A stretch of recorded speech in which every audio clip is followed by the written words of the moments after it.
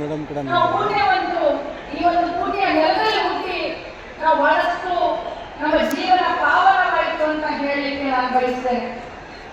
ನೋಡಿ, ಮಾನ್ಯ ಮುಖ್ಯಮಂತ್ರಿಗಳಂತ ಸಿದ್ದರಾಮಯ್ಯ ಸಾಹೇಬರು ಭಾಷಣವನ್ನ ಮಾಡುವಂತ ಸಂದರ್ಭದಲ್ಲಿ ಒಂದು ಮಾತನ್ನ ಹೇಳಿದ್ರು. ಈ ಮಠ ಮುಂಚೆಯಿಂದಲೂ ಕೂಡ ಶಿಕ್ಷಣಕ್ಕೆ ಬಹಳಷ್ಟು ಆದ್ಯತೆಯನ್ನು ಕೊಟ್ಟಿತ್ತು ಅಂತ ಮಾನ್ಯ ಮುಖ್ಯಮಂತ್ರಿಗಳು ಹೇಳಿದ್ರು.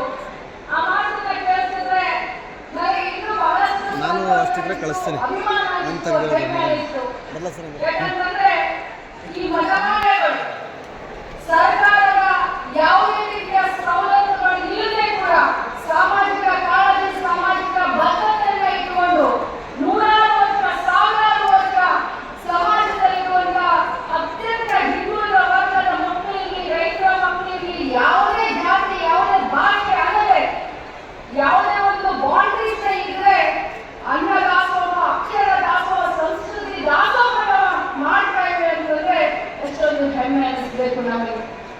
ನೋಡಿ, ನಾನು ಇಲ್ಲಿ ಕೂತ್ಕೊಂಡಾಗ ಕೇಳಿದೆ, ಯಾವ್ಯಾವ ಊರಿಂದ ಬಂದಿದ್ದಾರೆ ಮಕ್ಕಳಿಗೆ ವಿದ್ಯಾಭ್ಯಾಸವನ್ನ ಕಲೀಲಿಕ್ಕೆ ಅಂದಾಗ ಆ ಒಂದು ಭಜನೆಯನ್ನ ಮಾಡುವಂತ ಮಕ್ಕಳನ್ನ ಕರೆದು ಕೇಳ್ತಾ ಇದ್ರೆ ನನಗೆ ರೋಮಾಂಚನ ಆಯ್ತು. ಒಬ್ರು ಬೀದರ್ ಅಂದ್ರು, ಒಬ್ರು ಮಂಡ್ಯ ಅಂದ್ರು, ಒಬ್ರು ಗದಗ ಅಂದ್ರು, ಒಬ್ರು ಹಾವೇರಿ ಅಂದ್ರು, ಒಬ್ರು ಸಾಂಸ್ಕೃತಿಕವಾಗಿರ್ಬೋದು, ರೈತರನ್ನ, ರೈತ ಮಹಿಳೆಯರನ್ನ ಪ್ರೋತ್ಸಾಹಿಸುವುದಾಗಿರ್ಬೋದು, ಶೈಕ್ಷಣಿಕ ಆಗಿರ್ಬೋದು, ಹಳ್ಳಿಯ ಸೊಗಡನ್ನ ಇನ್ನೂ ನೆನಪಿಸುವಂತ ಮತ್ತು ನಮ್ಮ ಸಂಸ್ಕೃತಿಯನ್ನ ನಮ್ಮ ಮುಂದಿನ ಪೀಳಿಗೆ ನೋಡಬೇಕು, ಆ ಸಂಸ್ಕೃತಿ ಉಳಿಬೇಕು, ಬೆಳೆಸಬೇಕು ಅನ್ನುವಂಥ ನಿಟ್ಟಿನಲ್ಲಿ ಅನೇಕ ಕಾರ್ಯಕ್ರಮಗಳನ್ನ ಸುಮಾರು 6 ದಿನ ಇವರು ಪ್ರಸ್ತುತಪಡಿಸ್ತಾ ಇದ್ದಾರೆ.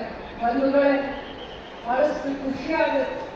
ಇಂಥ ಮಠ ಮಾನ್ಯಾಧೀಶರ ಒಂದು ಮಾರ್ಗದರ್ಶನದಲ್ಲಿ ನಮ್ಮ ಕರ್ನಾಟಕ ರಾಜ್ಯ ಸಮೃದ್ಧಿಯತ್ತ ದಾಪುಗಾಲನ್ನ ಇಡ್ತಾ ಇದೆ. ಮಹಿಳೆಯರ ಬಗ್ಗೆ ವಿಶೇಷವಾಗಿ ಇವತ್ತು ಒಂದು ಚಿಂತನಾಗೋಷ್ಠಿ ಇದೆ.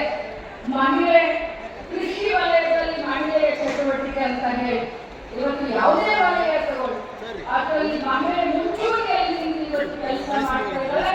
ವಿಶೇಷವಾಗಿ ಹೇಳಬೇಕು ಅಂತಂದ್ರೆ ನಮ್ಮ ಮಹಿಳೆಯರು ಗ್ರಾಮೀಣ ಭಾಗದಲ್ಲಿ 80% ಮಹಿಳೆಯರು ಕೃಷಿ ಚಟುವಟಿಕೆಯಲ್ಲಿ ತಮ್ಮನ್ನ ತಾವು ತೊಡಗಿಸಿಕೊಂಡಿದ್ದಾರೆ ಅಂತ ಬಹಳಷ್ಟು ಹೆಮ್ಮೆಯಿಂದ ಹೇಳಲಿಕ್ಕೆ ನಾನು ಬಯಸ್ತೇನೆ. ಯಾವುದೇ ಮಹಿಳೆಯ ಹೆಸರಿನಿಂದ ಯಾವುದೇ ಹೊಲಗದ್ದೆ ಇರೋದಿಲ್ಲ. ಯಾರಾದ್ರೂ ಮಹಿಳೆ ಹೆಸರು ಮೇಲೆ, ಮಗಳ ಹೆಸರು ಮೇಲೆ, ಹೆಂಡತಿ ಹೆಸರು ಮೇಲೆ ಹೊಲಗದ್ದೆಯನ್ನು ಬರೆದು ಕೊಟ್ಟಿರ್ತೀರಾ? ಇರೋದಿಲ್ಲ. ಆದ್ರೆ ಆ ಹೊಲಗದ್ದೆ, ಆ ಭೂಮಿ ತಾಯಿ ನಂದು ಅನ್ನುವಂತ ಅಭಿಮಾನದಿಂದ ಆ ಮಹಿಳೆ ಅದರಲ್ಲಿ ಕೆಲಸ ಮಾಡ್ತಾಳೆ.